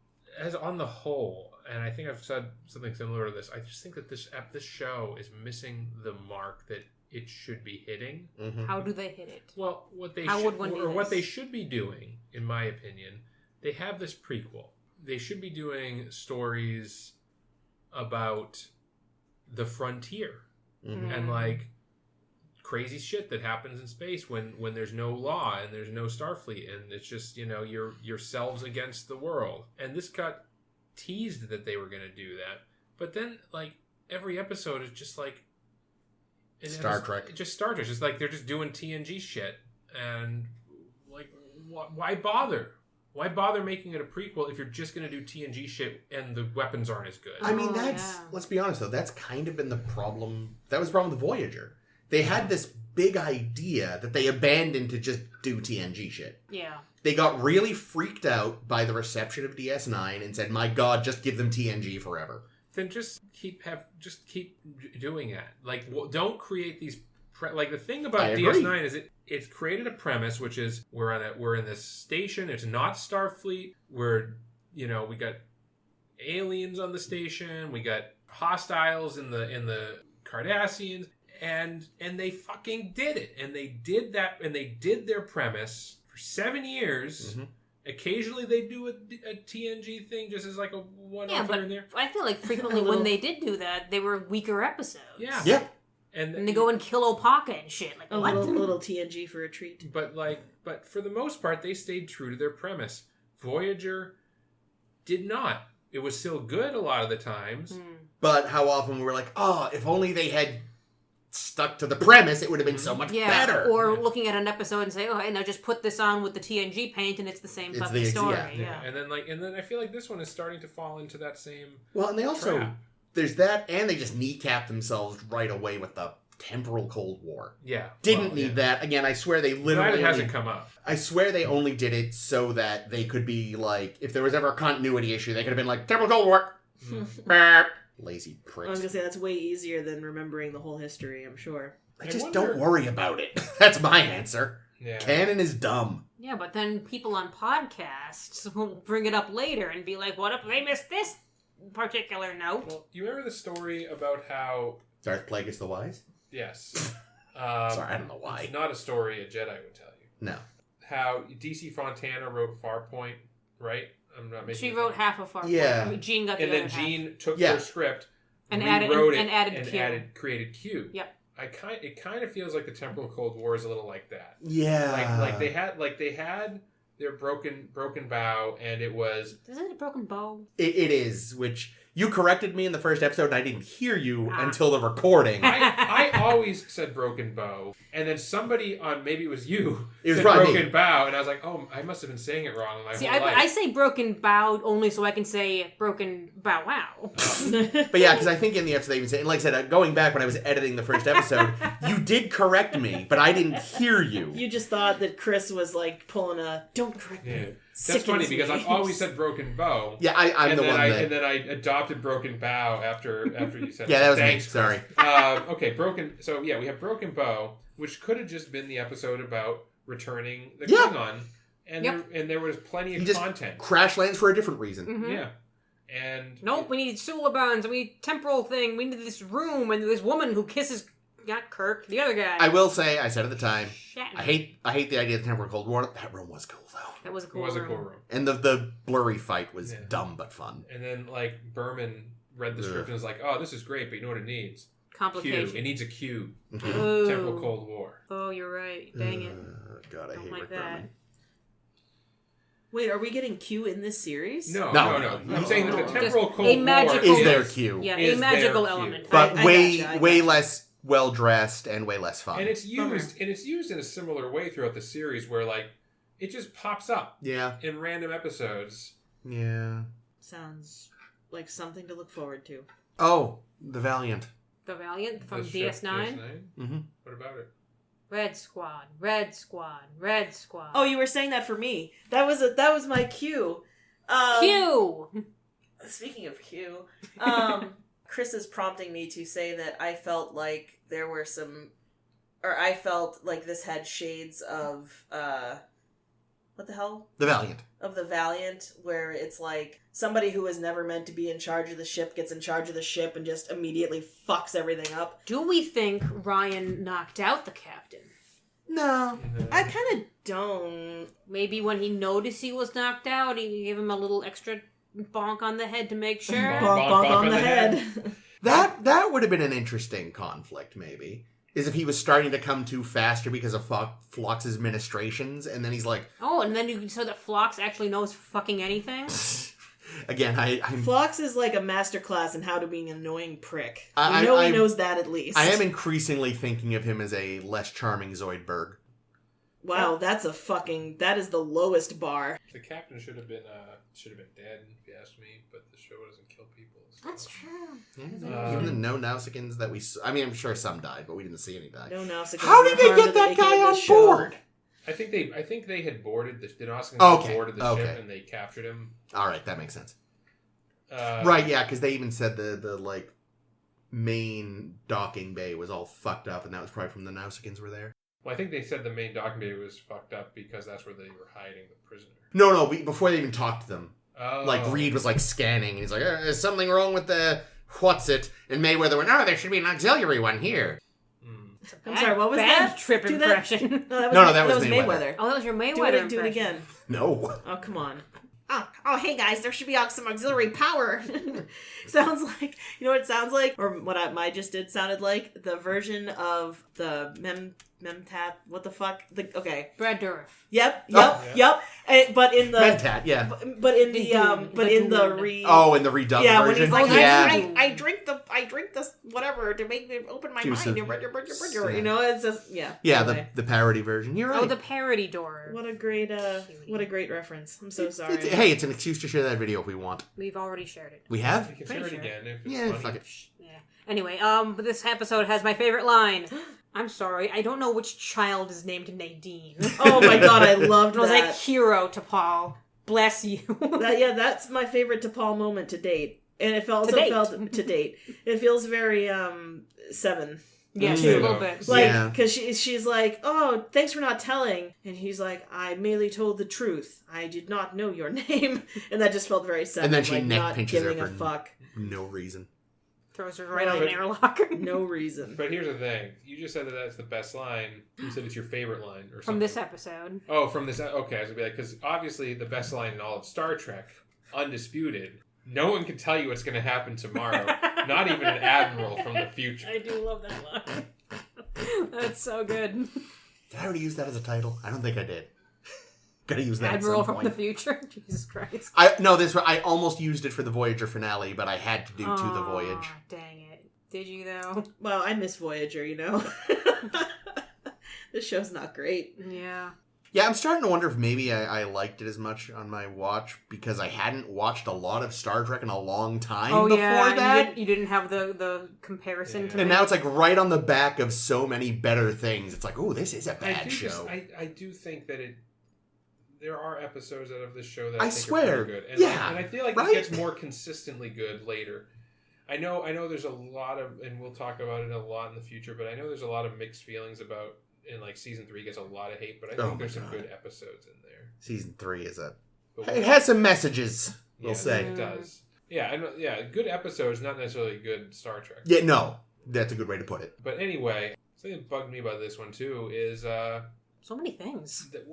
well, it not really bugged me, just because it wasn't like an error or bad writing, but it irritated me that the pissant second officer, I guess, Shaw, didn't fucking mutiny. Didn't even consider it. He clearly wanted to at least once. Well, he was afraid that Ryan would bat him in the head or something. He was a wimp. There was so many points in this episode, especially when they're like, we're going to go and kill the Nausicaan and have a last stand against the Nausicans in an obviously doomed fight that we started. Yeah, and all our families on this freighter. There's fucking kids. It's like a galaxy-class starship. Like, how the hell does not even Shaw, how does nobody mutinies? Well, consider, these are people who've been dealing with getting wrecked up by Nausicans on a weekly basis. Yeah, I get that, but I feel like at a certain point it's okay, we tried, let's cut our fucking losses and get the hell out of here.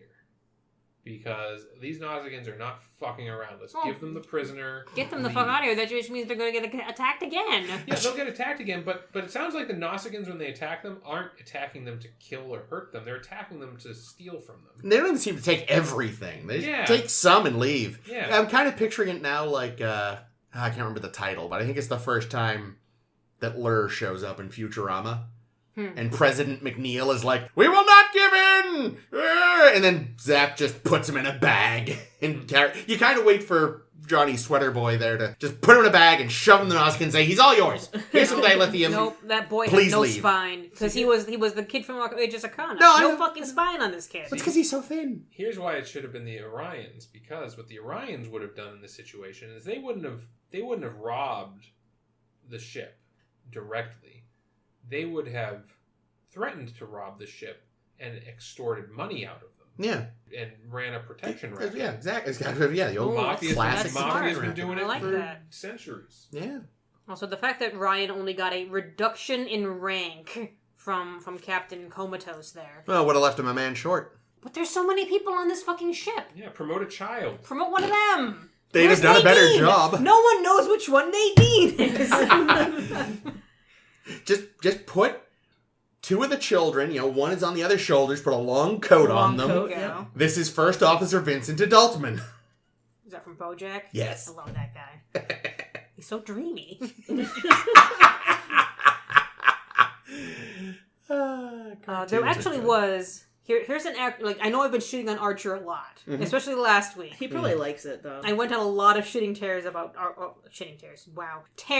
Archer in general. His scene where Mayweather is like, oh, we should let what the fuck is the ship? The Fortunate. We should let the Fortunate, commit as many fucking crimes as they want and, perjure people and waterboard them and all the things because, boomer culture. It's always been this way. It's the best excuse. And Archer fucking puts Mayweather in his place. And I was like, fucking yes, you're actually leading for a change, Archer. But politely.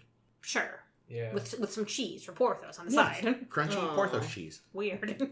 Yeah, I feel bad that it's like Mayweather finally gets a few, his one episode. Yeah, his one episode. More than a line. And all I do is yell, "Shut up, Mayweather." Well, because, and they just had to make him not great in it. Yeah. He wasn't. Even when he does, I think he's the one that convinces Ryan to do the thing or whatever. He's like, hey, boomer to boomer, let me tell you about how it is. Starfleet's not so bad, guy. We're just looking out for you. Let us help. Look at how many pockets we have. So Check out this pockets. steak. Isn't it good?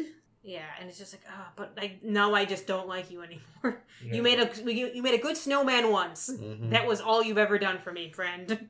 I hate to say it, but I also just think, based on the performance in this episode, I don't know that the actor is capable of much more. We thought I would have said that about Terry Farrell in the beginning. That's true. We That's- did. We We did say that. That's the thing. The problem is they never give him enough to do to get better. True. You gotta just keep getting through that Star Trek techno babble before you sound good at it. But here's the thing. This isn't fucking community theater. It's not, you're a star actor in a primetime syndicated, not even syndicated, it's a network television series, and you're not here to get practice acting. It's your fucking job. You're supposed to already know how to do it. They let Terry practice. Let him practice. Well, they did, and it was a mistake. Honestly, I like watching her in the beginning is really difficult. It's really cringe. Painful, and she gets better. Eventually, the Dax character is really great, and I'm glad that Terry's on the show. I just wish she wasn't cutting her acting teeth in the first season and a half or whatever. Speaking of acting teeth, we got to Scott Bakula's cameo in What We Do in the Shadows. Oh yeah, Count Bakula. It turns out he's not a vampire. Oh, yes. Aw. That was so delightfully unexpected. It's like, I know that voice. Holy shit, it's Archer. Yeah, I'm actually glad that we watched Enterprise before that happened, because I would have had no idea who he was otherwise. Yeah. Yeah, Scott Bakula does best when he just shows up in other shows as a comedy version of himself. Yeah, I know we brought up the cameo on It's Always Sunny, which it's fucking hilarious because they're doing a quantum leap, and they say, okay, we have to do a quantum leap, and then Scott Bakula shows up, and they're like, see? Yeah, he actually showed up and did a quantum leap sketch for something once. Now that I think of it, he was like a young Donald Trump's cab driver, and he had to try to make him not Donald Trump. Crash into a river. Should have. I'm out of things. I'm glad when we go so far off topic that there's no way to bring us back on. None whatsoever. All right, so we're just gonna segue smoothly by just cutting abruptly to our blogtivity. Hey, you know who's better than Scott Bakula? You know who's better than Mayweather? Do you know who crashes into Scott Bakula in that one Futurama episode? Is it Sulu? Yes. He crashes into it. I think it's from the original revival. There's 2 revivals now. So many revivals. There's like a space race, a literal space race going on, and George Takei bashes Bakula's spaceship out of the way. Well, and that's one of my favorite Sulu moments. There you go. But yes, Sulu. Hikaru Sulu, everyone's favorite Sulu. Actually, Demora's pretty fine. But yeah, so we've been doing the whole spotlight the characters thing. Give me fodder for the blog. Blog fodder. Blogger. You're right. There is so little for Sulu.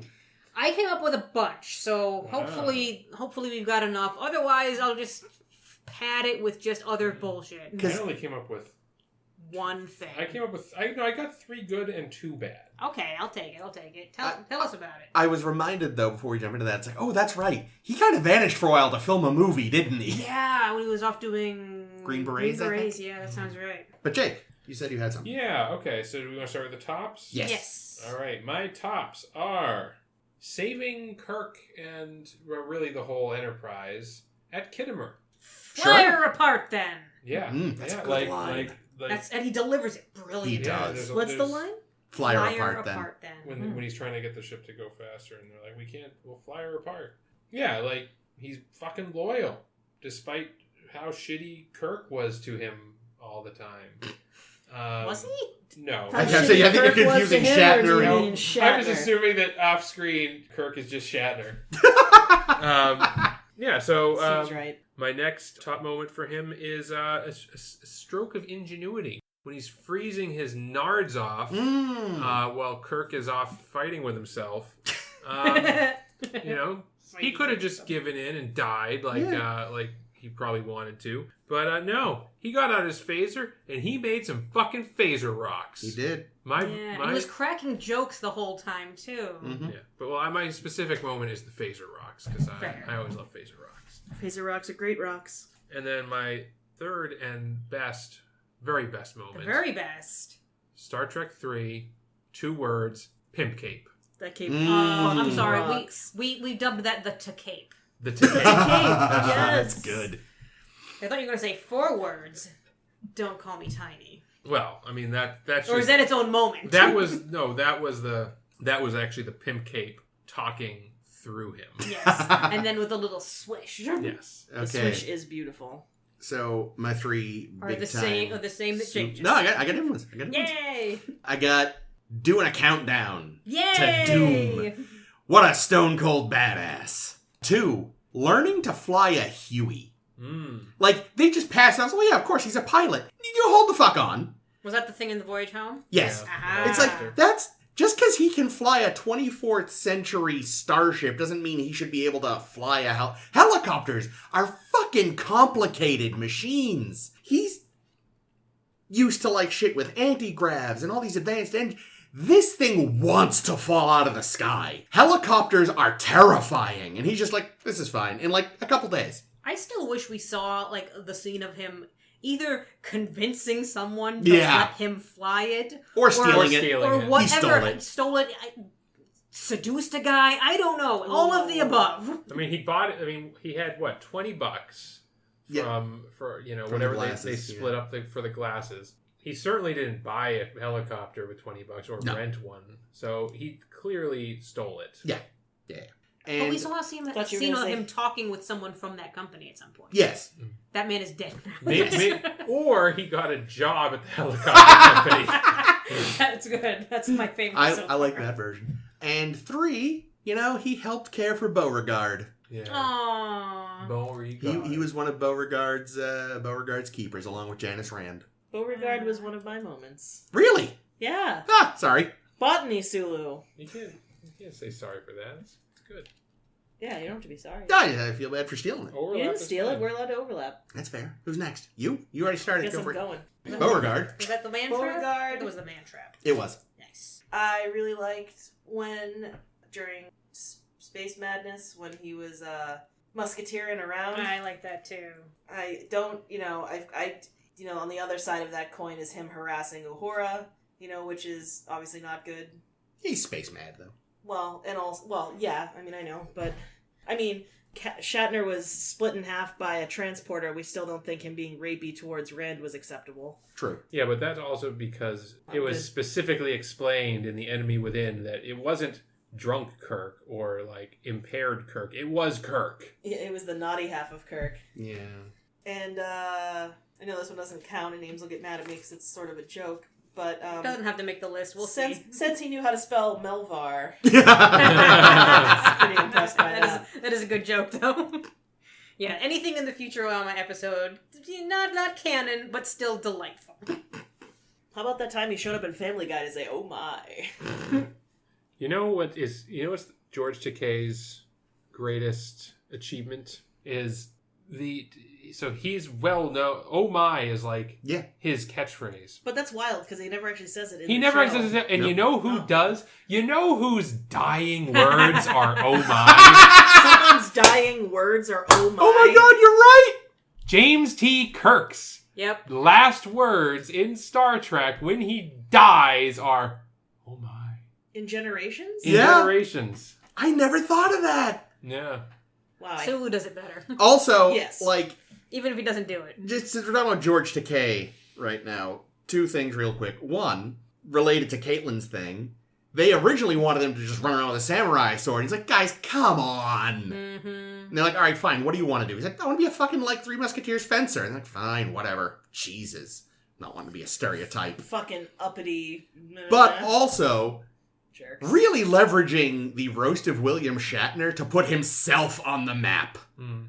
That ended up being, kind of the moment where the modern image of George Takei really took shape. In a roast? Yeah, Can I it see was. this roast? He was just one of the It was roasters, a the roast of comedy- William Where Shatner. can I see this roast? We should Well, find it was a this Comedy roast. Central thing. Yeah, so... it may or may not be on YouTube. No, I'm sure it's somewhere. I'll It's look gotta it be up. somewhere. I'll look it up while. But yeah. that was because it was it happened to get filmed very shortly after he had publicly come out. So inevitably, hey, it's the 90s and gay. There was just as Engage. there was kind of just as much sort of Takei has come out jokes as there were Shatner jokes, and Takei himself just ran with his new public image. And again, I think what we now think of as George Takei's sort of public persona began to form in that moment. So he kind of hijacked Shatner's roast, which is amazing. Good for him. Well, nobody deserves it more than fucking Shatner. So. Damn straight. Great news. We can watch it on Paramount Plus. There we go. Oh, funny.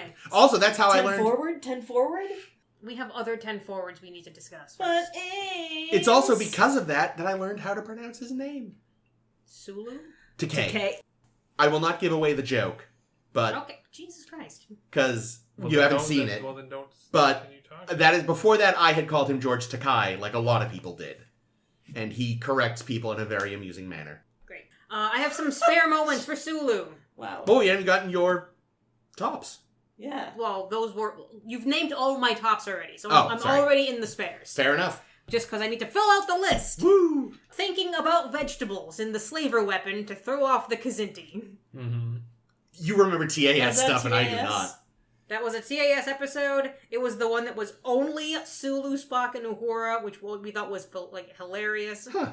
And the cat aliens would only talk to Sulu because Uhura's a woman. Gross. And Vulcans are vegetarians. Gross. But if Sulu was thinking about vegetables, they'd be like, oh god, no, we can't. Get him out of the way.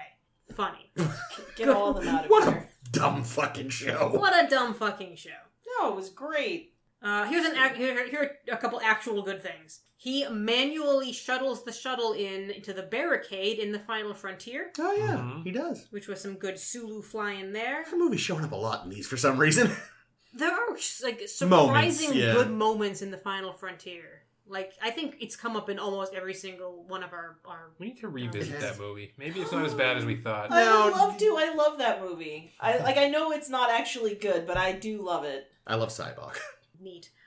And Jake and I just happened to have recently rewatched Flashback, the Voyager episode he's in, and he does a good thing in that too. Quote, like tossing a match into a pool of gasoline when he tricks Kang into like letting him escape because he's like, all right, I guess you'll ferry me back into normal space and all this thing, and he notices, I think it's selenium or something. Tuvok, scan the nebula. And Tuvok's like, oh, it's got this shit. And he's like, well, if we ignite that shit while we're out of the nebula, it'll knock them out for a while. But he was also kind enough to make sure that it wouldn't destroy them. Because he didn't want, because Kang can't die because we need him. And it's Kang, they're old buddies. Yeah, so that was Kang's a friend. a nice They have a nice laugh Sulu together. moment. Mm-hmm. And the last very stupid thing I put on my list was he winks at the camera at the end of The Infinite Vulcan, which was the best moment of that episode. Jesus. That fucking show. Well, I have some bottom moments, and I guess I'll start with a moment from The Infinite Vulcan. Yay! Since it's already come up. Almost getting fucking killed by touching a plant. Like, Sulu, you were a botanist for 5 minutes. I know you love plants, and I know these ones are really fun because they walk around and shit, but you touch it and then he fucking dies. Like, leave the fucking wildlife alone. Do not disturb the flora or the fauna. And the other bad moment that I thought of... Is it the other plant moment? No. It is, it's actually one of somebody else's top moments. Oh no. I think getting shit-faced and assaulting your coworkers with a sword is awesome. ain't great. And the assault on Uhura, also not great. Fair. Listen, when you're right, you're right. I only have 2. One is related. They're actually both related to my tops. 1, Sulu, buddy. Janice's plant. She wants to call him Beauregard. His name's Beauregard. Sulu tries to insist it should be called Gertrude. I thought it was the other way around. But isn't Gertrude's a girl and Beauregard is a double-checked. boy? Oh, so, okay. shouldn't, Either way, it's Janice's plant. Let her name it. Oh, I gotcha now. And also, doing a countdown in the face of death. So most of yours are on both lists. So here's the thing.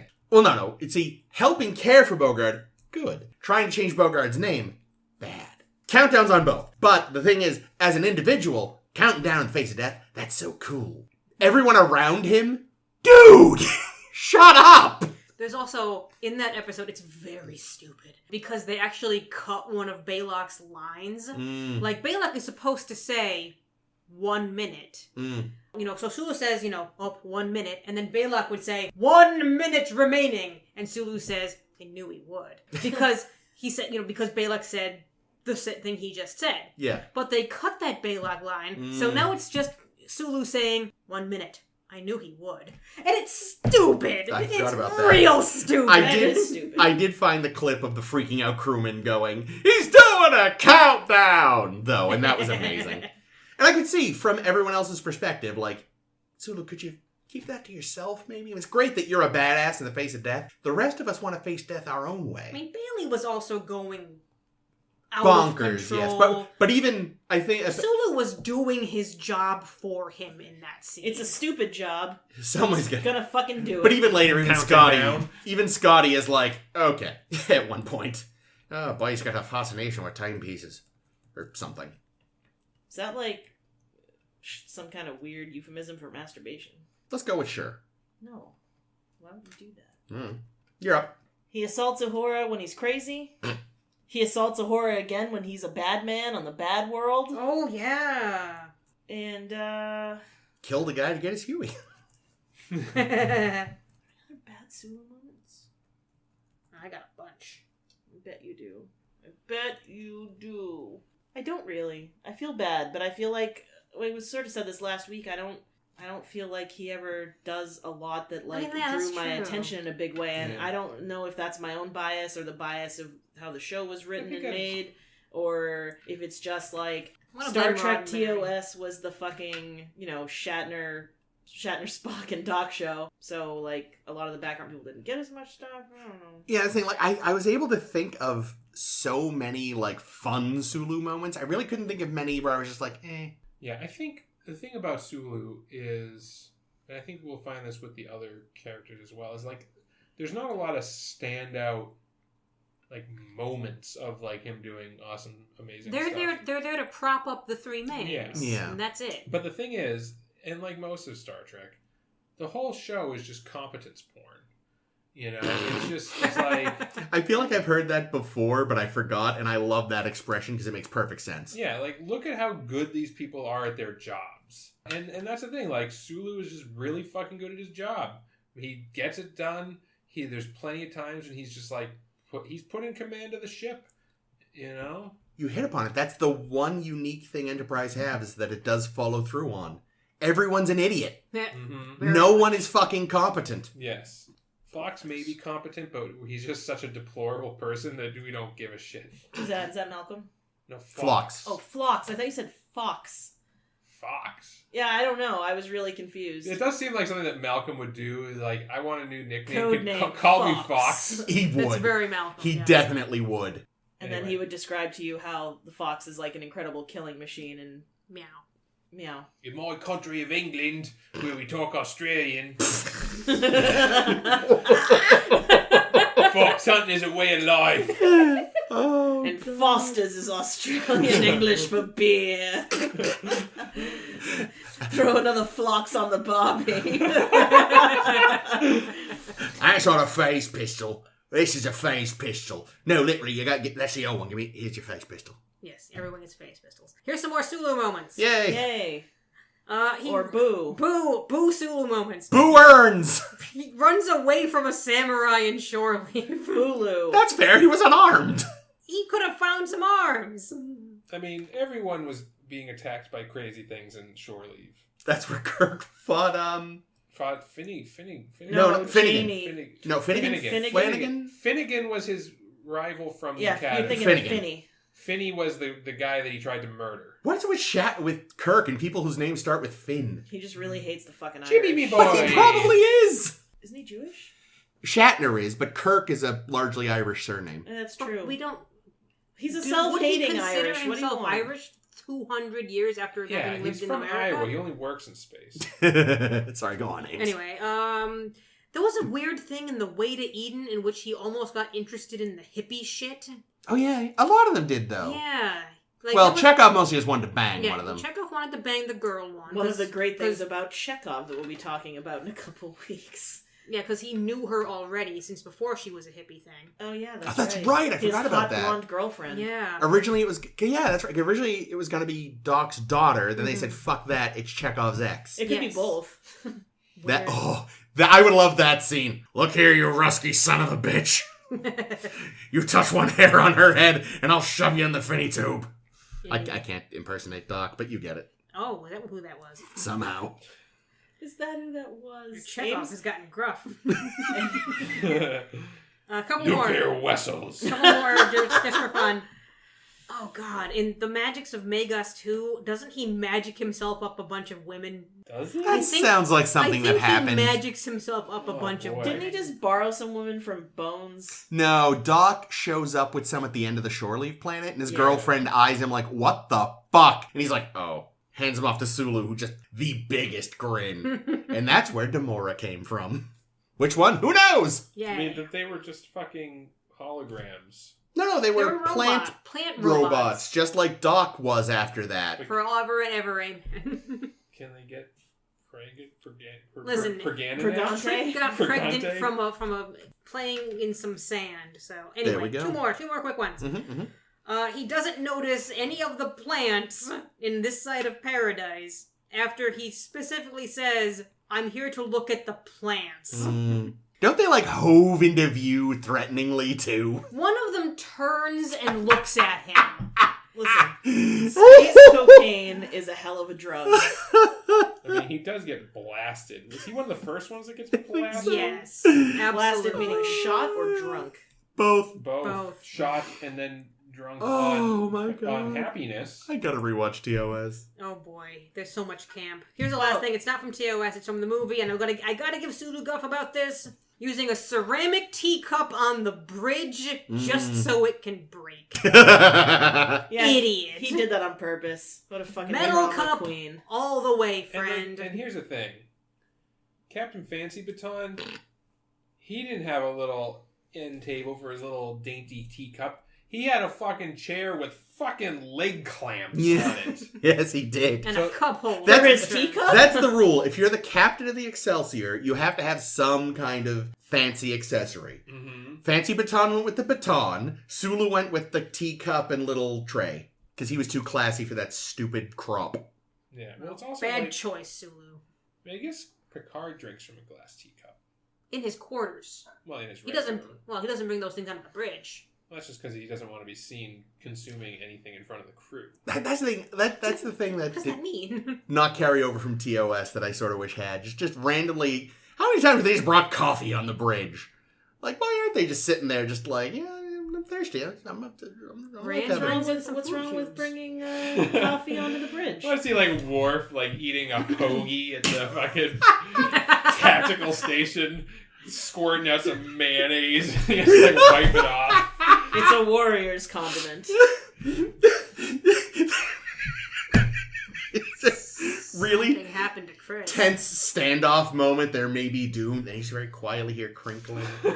And Wesley's like opening a bag of Doritos. It's like, what? I missed lunch. Riker like stands up and there's just like Skittles all over his chair. I was thinking Cheeto dust on his pants. No. Just all the shells from a whole bag of pistachios. Oh, he would definitely do that. I love pistachios, but they are the most Incon- annoying to Yeah. eat food. Such That's a why pain you in the gotta get ass. the shelled Does ones. anybody else remember when like statues used to be dyed red for no reason? Yes! Like, what It was all weird. Yeah, now that you And it mention would it. fucking stain your Yeah. fingers. Like We- Doritos. We are talking Doritos. about snack foods on the Enterprise. I think we're done. I think we're done. Good work, Sulu. You mostly passed. Please join us next week where maybe we'll have our heads on straight I plan to talk about bugles. for... Oh, The no. snack food. I love bugles. They're Cold- great. You can put them on your fingers and make them little witch fingers, or you can put them in your mouth and make them into little fangies. Cold fire? Thingies. Well, really, that's my whole TED talk about bugles, actually. So next week we'll talk about something else. Combos are the best. Combos are disgusting. I like... Are you fucking crazy? Are you fucking crazy? No! Fuck you! Do you want to take this outside? Get out of my house! Wait, let's do This is the a Combo's house. Let's do the outro. Look, we'll do the outro, then you can comedy fling her out like Mo and Barney. Got it. So next week, Cold Front, which has me worried, and Silent Enemy. And who's our crewman? We ought to check out Uhura. Uhura! Uhura comes first, because Ooh. Chekhov joins after Late, your right, season two. chronological. So, next week, 2 episodes of Enterprise, which will probably be a drag, and talking about Uhura, which will probably be fun. Find us on Facebook and other social medias, and SoundCloud, or whatever app you use, and check out the blog, see what Ames puts on there, see how many screencasts there I are. gotta pad this list somehow. Sulu getting fucked up by plants, both animated and real. This has been Chris. This has been Ames. This has been Caitlin. This is always Jake.